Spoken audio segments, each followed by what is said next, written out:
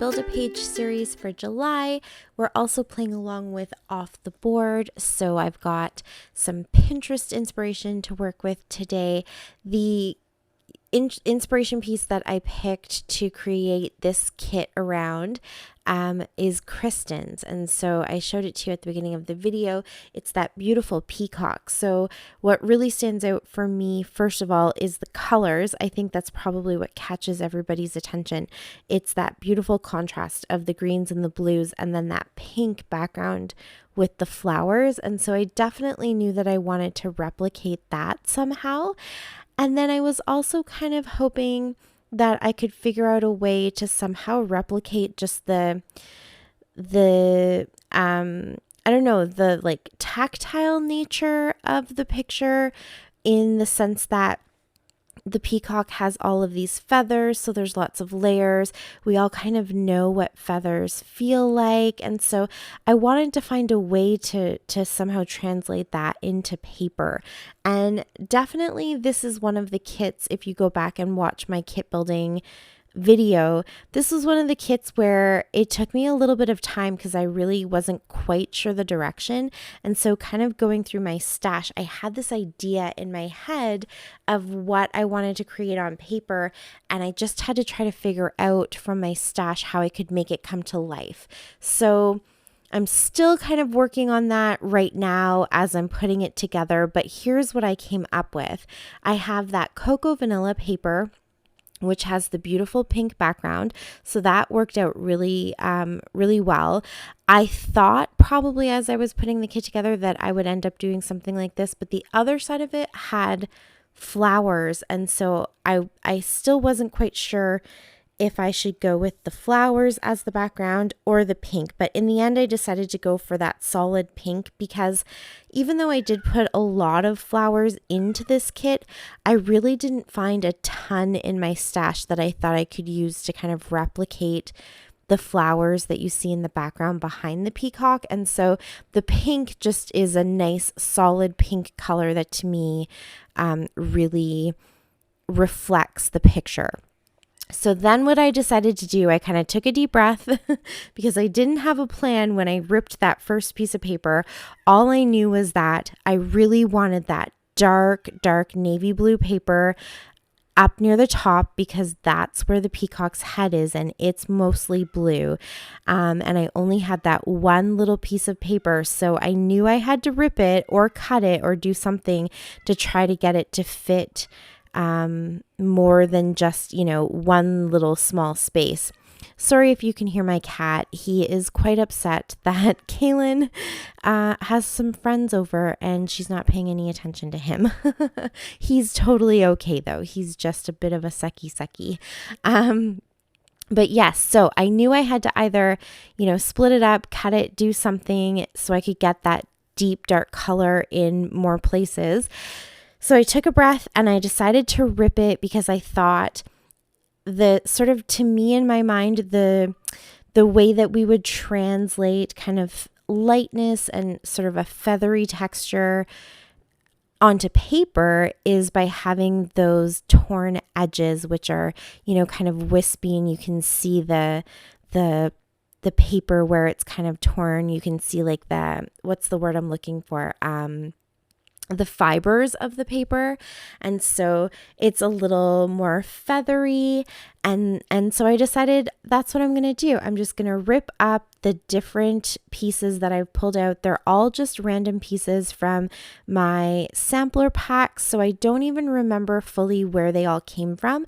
I genuinely was just looking through and pulling them out if they had any kind of blue, or if they had certain colors of green, more of those like jades and emeralds and those really dark greens. There's a couple other pieces I pulled out there because they were kind of the right shading but had little pops of pink or other colors. And I just thought that was kind of fun to bring in some interest, because when you're looking at a peacock feather, especially around where the eye part is, there is usually some tans and browns and maybe some purples or pinks or whatever. So I wanted a little bit of those other colors, but not too much. So I just started to rip them and kind of place them generally in the same spot where you see the peacock in the picture. I also decided to put the picture of Kaylin kind of up a little bit. It's a very kind of strange placement for me because I tend to try to do the whole rule of thirds.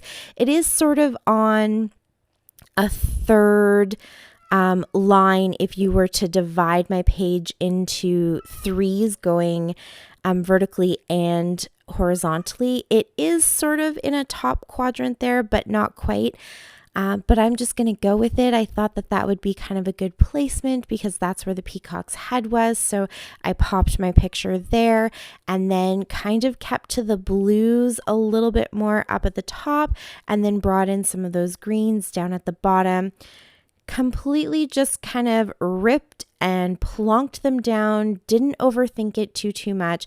I did kind of pay attention to where some of the colors were just to spread it out so there was a bit of balance, and I definitely wanted to repeat the patterns multiple times just again to make it look very intentional and repeat some of that balance, but I also wanted it to kind of look organic the way that a peacock's tail would look.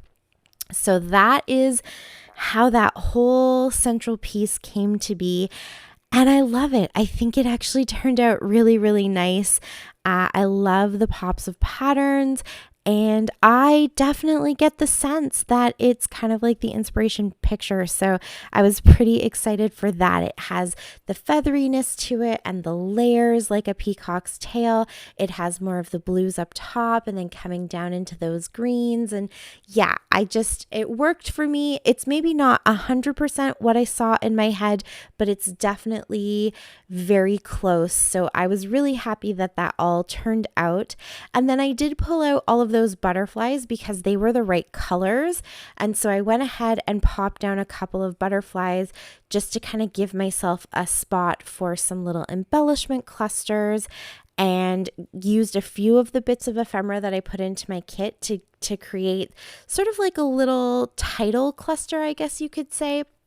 I didn't want to start adding a ton of thickers and other things like that because I felt like the patterns that are in there are kind of busy and I don't have that many thickers to pull from. So I just didn't think that I would have something that would work really nicely and kind of fit in without looking too jumbled and busy. So I left off anything like that and just used those bits of ephemera to kind of create a bit of a title.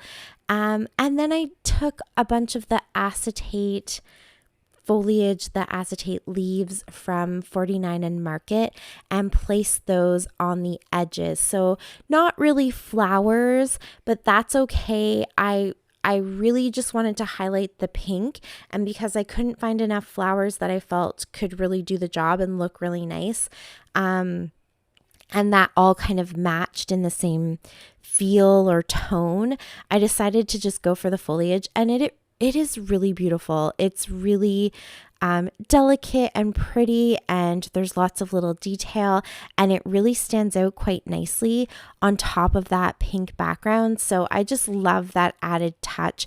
It does add a lot of texture and there's some shine to it, and I have some of the leaves over top of the pattern papers and some kind of tucked in behind. So I love how that turned out. I even popped a couple extra butterflies in there because there's lots in that package as well. And yeah, I think that just turned out really pretty. It's a very sophisticated layout, I think, which kind of matches my daughter. She was starting to get to that age where she was maturing quite a bit. And so a sophisticated layout kind of matches her. Yeah, so that's kind of how it went. It was very, very much just going with my feel and putting things down and not overthinking them and letting it kind of develop naturally based on what was in the kit. So that's kind of the point of the page kits, I think. You see what you've got there and you work within that kind of parameter of what's available to you. And I always surprise myself and end up loving what I've done. So, finishing touches for me, as usual, are some sequins. So I just grabbed some of my Spiegel Mom scrap sequins from the May sequins mixes and kind of looked for the blues. So this sequins mix had these beautiful dark navy blues, and then it had a couple different types of sequins in the greens, sort of like an emerald green. And then it also had these beautiful big chunky, there you can see a couple of them, big chunky pink sequins. And so I put the greens and the blues all in the pattern papers, and then I put the pinks over on the edges where the pink foliage was. And then I said goodbye to you, and I thought that was the end, and I put my layout down, and I kept walking past it all day long, and I just thought, it needs something else. It needs another type of texture. I don't know. There was just something that I felt was missing. So I pulled out my container here with all my different embroidery floss and stuff like that. And last summer, when we were traveling on our little road trip through BC, we came across a textiles shop that does a lot of weaving, and you were able to buy the, little bags. I think it was like $2, a little bag of all of the scraps of thread, and they're all different, I don't know what you call that. Is it gauges? All different kind of widths of thread and textures to the thread. And they're just really cool. And so I remembered that I had some that kind of had those peacock colors. That's actually what drew me to this particular baggie of thread. Because, of course, it's just scraps from various different projects. So all of the bags were slightly different, but this one had all those blues and greens and those colors that I really, really gravitate towards. And so I thought, I'm going to make some little nests. I haven't done this in such a long time. This used to be such a staple of scrapbooking, to create these little nests of